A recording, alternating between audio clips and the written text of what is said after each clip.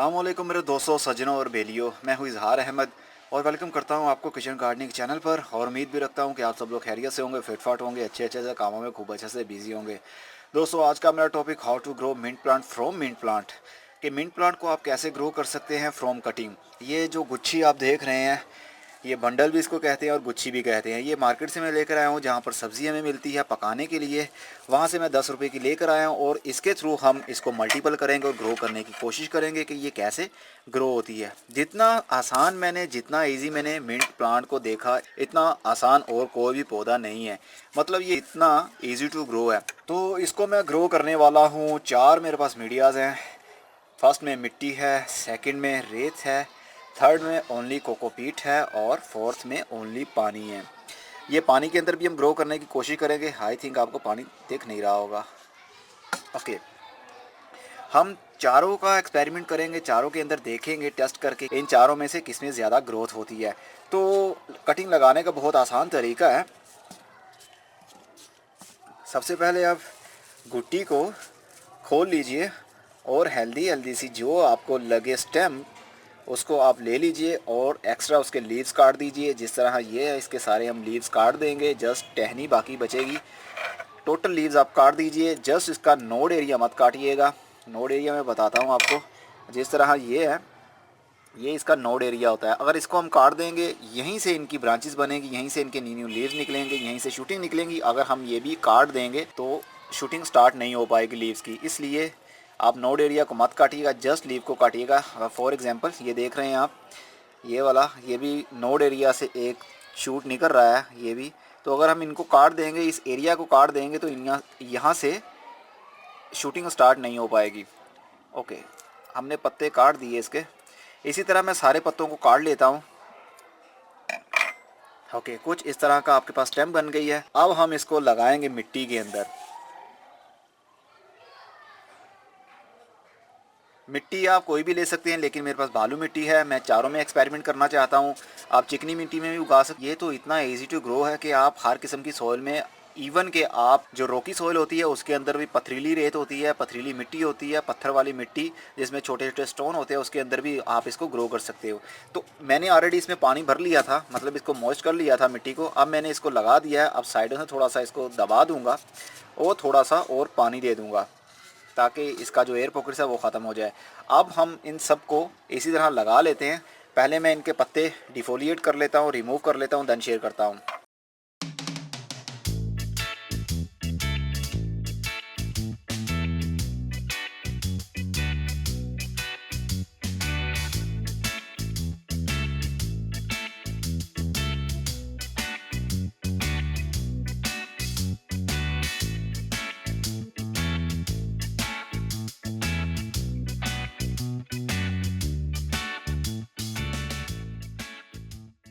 Okay, तो मैंने ये काफ़ी सारी स्टैम्प एम्प्टी कर ली है, लीव्स इसके उतार दिए हैं। अब टाइम है इनको ग्रो करने का। ग्रो बहुत इजी है, उल्टा और सीधा आप डायरेक्शन इसकी याद रखिएगा। कुछ स्टैम्प आपको ऐसी भी मिलेंगी जिनके साथ ऑलरेडी रूट्स ग्रो कर रही होंगी, तो उसको एज इट इज़ रहने दीजिए। जस्ट आप पत्ते रिमूव करते जाइए और अपने मीडिया में उसको लगाते जाइए।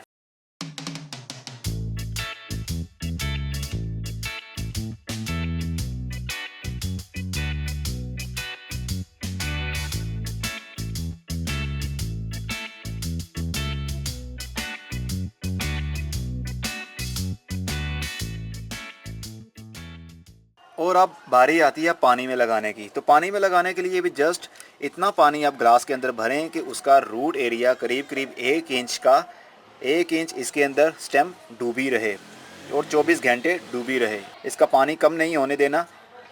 1 इंच आप पानी भर लीजिएगा ग्लास में और उसके अंदर आप इसको लगा सकते हैं स्टेम को। तो अब देखना ये है कि ये कितने दिनों में आप रूटिंग स्टार्ट करते हैं। अब इनकी बारी है शेडी एरिया में रखने की। मेरी बात याद रखिएगा, जो मिंट प्लांट है, मिंट प्लांट की ग्रोथ के लिए कूलनेस की ज़रूरत होती है। मतलब उसको ठंडा एरिया चाहिए होता है। जितनी ठंडक आप उसको देंगे, ऑफर करेंगे, वो जल्दी अपनी शूटिंग भी स्टार्ट करेगा और रूटिंग भी स्टार्ट हो जाएगी। अगर गर्मी में रखेंगे, आप इसको सनलाइट में रखेंगे, धूप में रखेंगे, तो इनकी जर्मिनेशन, इनकी रूटिंग स्टार्ट नहीं हो पाएगी। ये स्टेम काली होके ख़त्म हो जाएगी, मतलब कि डेड वुड बन जाएगी ये।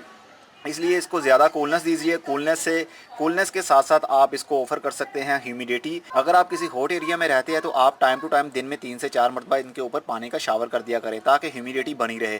देन इनकी शूटिंग और रूटिंग जल्दी स्टार्ट हो जाएगी और आप देखते हैं कि कब तक ये कंप्लीट सक्सेसफुल होती है और पानी का भी क्या रिजल्ट मिलता है मुझे। तो स्टे विद मी, जाइएगा नहीं और इसको सनलाइट में मत रखिएगा, जस्ट इंडोर भी रख सकते हैं और आप शेडी एरिया में रख सकते हैं जहाँ पर सूरज की रोशनी तो आती हो लेकिन सूरज की रेज नहीं, मतलब डायरेक्ट सनलाइट इसके ऊपर ना पड़ती हो।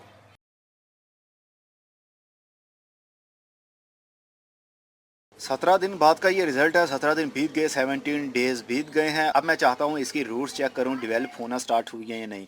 हमने 4 मीडियाज़ यूज़ किए थे, कोकोपीट, क्ले, सैंड और पानी। पानी की सबसे ज़्यादा ग्रोथ कम रही। जिस टाइम की ऑलरेडी रूट्स थी वो तो अच्छे से डेवलप होना शुरू हो गई थी। ये आपके सामने रूट्स हैं, ये जब हमने लगाया था तो काफ़ी छोटी रूट्स थी और अब आपके सामने इसकी रूट्स भी लेंथी हो गई है और इसके न्यू न्यू शूट्स भी निकलना स्टार्ट हो गए हैं। और जिसके साथ कोई भी रूट नहीं थी उसका रिज़ल्ट आपके सामने, उसको फंगस लग गया। आपके सामने ये बिल्कुल ड्राई हो गई है, डेड वुड बन गई है। तो पानी का रिज़ल्ट तो मुझे 50-50 मिला। और 3 स्टैम्प हमने लगाई थी ओनली सैंड के अंदर। इन तीनों की ही शूटिंग स्टार्ट हो गई है, नए नए पत्ते भी इनके निकलना शुरू हो गए हैं। और अब मैं देखना चाहता हूँ इसके अंदर रूट्स डेवलप होना शुरू हुई हैं या नहीं। अगर रूट्स डेवलप नहीं भी हुई तो आपको टेंशन लेने की ज़रूरत नहीं है, इसकी ग्रोथ स्टार्ट हो चुकी है और फ्यूचर में बहुत जल्द ये रूट्स बन जाएंगी। लेकिन मैं चाहता हूँ पहले ही टाइम पीरियड से पहले ही मैं इसको चाहता हूँ चेक कर लूँ कि इसके अंदर रूट डेवलप हो रही हैं या नहीं। तो इसको निकालता हूँ मैं रूट को। ये ओनली रिवर सैंड है, मतलब दरिया के तले में से जो रेत निकलती है ये वो वाली है जो कंस्ट्रक्शन के कामों में भी यूज़ की जाती है, ये वो वाली सैंड है। तो ये बहुत सॉफ्ट मीडिया होता है, इसके अंदर रूट्स जल्दी डेवलप होती हैं। तो इसका मतलब कि ये आप मिट्टी के अंदर और सैंड के अंदर भी ग्रो कर सकते हैं। ये आप देख सकते हैं इसकी रूट डेवलप होना शुरू हो गई हैं। ये वाइट कलर की रूट्स आपको जो दिख रही है ये इसी की निशानी है कि इसकी ग्रोथ स्टार्ट हो चुकी है। और आप इसको लार्ज स्पेस में भी शिफ्ट कर सकते हैं क्योंकि इसकी रूट्स डेवलप हो गई हैं। अब ये अपनी बढ़ोतरी बढ़ाने के लिए इसको लार्ज स्पेस में अगर शिफ्ट करते हैं तो बहुत जल्द आपको अच्छा रिजल्ट मिलेगा। अब ये सेकंड वाले की भी देखते हैं कि क्या रिजल्ट मिलता है हमको। अरे वाह, ज़बरदस्त! ये देखिए कितनी सारी रूट्स इसकी डेवलप हो चुकी हैं। वाइट कलर की आपको रूट दिख रही हैं। बहुत अच्छा रिजल्ट मुझे मिला सैंड के अंदर। तो सैंड के अंदर आप कटिंग्स भी लगा सकते हैं, बहुत इजी टू ग्रो है। ये मीडिया बहुत सॉफ्ट होता है, इसका वेल ड्रेनेज सिस्टम होता है और वाटर स्टोरेज सिस्टम भी अच्छा बना रहता है। तो ये तो बहुत सक्सेसफुल रहा। आप थर्ड वाले को चेक करते हैं, थर्ड वाले का क्या रिजल्ट है। अरे वाह! और आप देख सकते हैं कितनी आसानी से मैंने इसको खींचा और ये निकला है। सॉफ्ट होती है सैंड बिल्कुल, इसलिए ये रूट्स की डेवलपमेंट के लिए बहुत ही अच्छा मीडिया समझा जाता है। तो आप भी इसमें यूज़ कर सकते हैं, कटिंग्स लगा सकते हैं। ओके, आपके सामने ये रिज़ल्ट, इसका मतलब सैंड नंबर 1 पर है और नंबर 2 पर आप देखते हैं कि क्या रिज़ल्ट मिलता है। नंबर 2 पर आता है मिट्टी। ये ओनली मिट्टी है, मतलब भालू मिट्टी जिसको बोलते हैं वो है। तो अब इसका रिज़ल्ट देखते हैं। ये इसको खींचूंगा मैं तो ये स्टेम टूट जाएगी क्योंकि मिट्टी काफ़ी हार्ड होती है, क्ले काफ़ी हार्ड होती है, इसलिए इसको सबसे पहले रूट बॉल को ओपन करना पड़ेगा। रूट बॉल को ओपन करने के लिए अरे वाह, ये देख सकते हैं आप, ये बॉटम पर आप देख सकते हैं इसका रिजल्ट भी मुझे अच्छा मिल रहा है। लग रहा है इसकी भी रूट्स डेवलप हो चुकी हैं। सबसे पहले तो इसका रूट बाउल तोड़ना पड़ेगा क्योंकि मिट्टी काफ़ी हार्ड होती है, इसलिए बहुत आराम से इसको आप रिमूव कर दीजिए। और ये आपके सामने रिज़ल्ट है। ये मिट्टी रिमूव हो गई और ये एक रूट इसकी डेवलप हुई है। अच्छा है, लेकिन इसका मतलब ये है कि इसकी ग्रोथ भी स्टार्ट हो चुकी है, आपको घबराने की ज़रूरत नहीं है। एक भी रूट अगर डेवलप हो जाती है तो आप समझ लीजिए आप सक्सेसफुल हो गए हैं। लेकिन मिट्टी के अंदर सक्सेस रेट काफ़ी कम मिला है, सैंड के अंदर काफ़ी अच्छा रेट मिला था हमें। और अब बारी आती है कोकोपीट की। अब कोकोपीट को भी देखते हैं। कोकोपीट के अंदर भी आराम से हम इसको खींचेंगे तो ये रूट्स के साथ बाहर निकल आएंगी क्योंकि ये बहुत सॉफ्ट मीडिया होता है लाइक अ सैंड। और ये देख सकते हैं इसकी रूट्स भी डेवलप हो गई हैं। हाँ, नई नई रूट्स इसकी निकल रही हैं, ये देख सकते हैं आप। और अब बारी आती है सेकंड की। उम्मीद करता हूँ इसका भी अच्छा रिज़ल्ट होगा। अरे वाह, रिज़ल्ट तो काफ़ी अच्छा मिल रहा है मुझे। ये देख सकते हैं इसकी भी वाइट कलर की कितनी लेंथी रूट हो गई है और ये देखिए कैप्चा बन चुका है इसका रूट्स का। इसका मतलब हुआ कि इसका रिज़ल्ट भी मुझे अच्छा मिल रहा है। अब बारी आती है थर्ड की। थर्ड का क्या रिज़ल्ट है। अरे वाह, ये तो गुच्छा लग रहा है पूरा।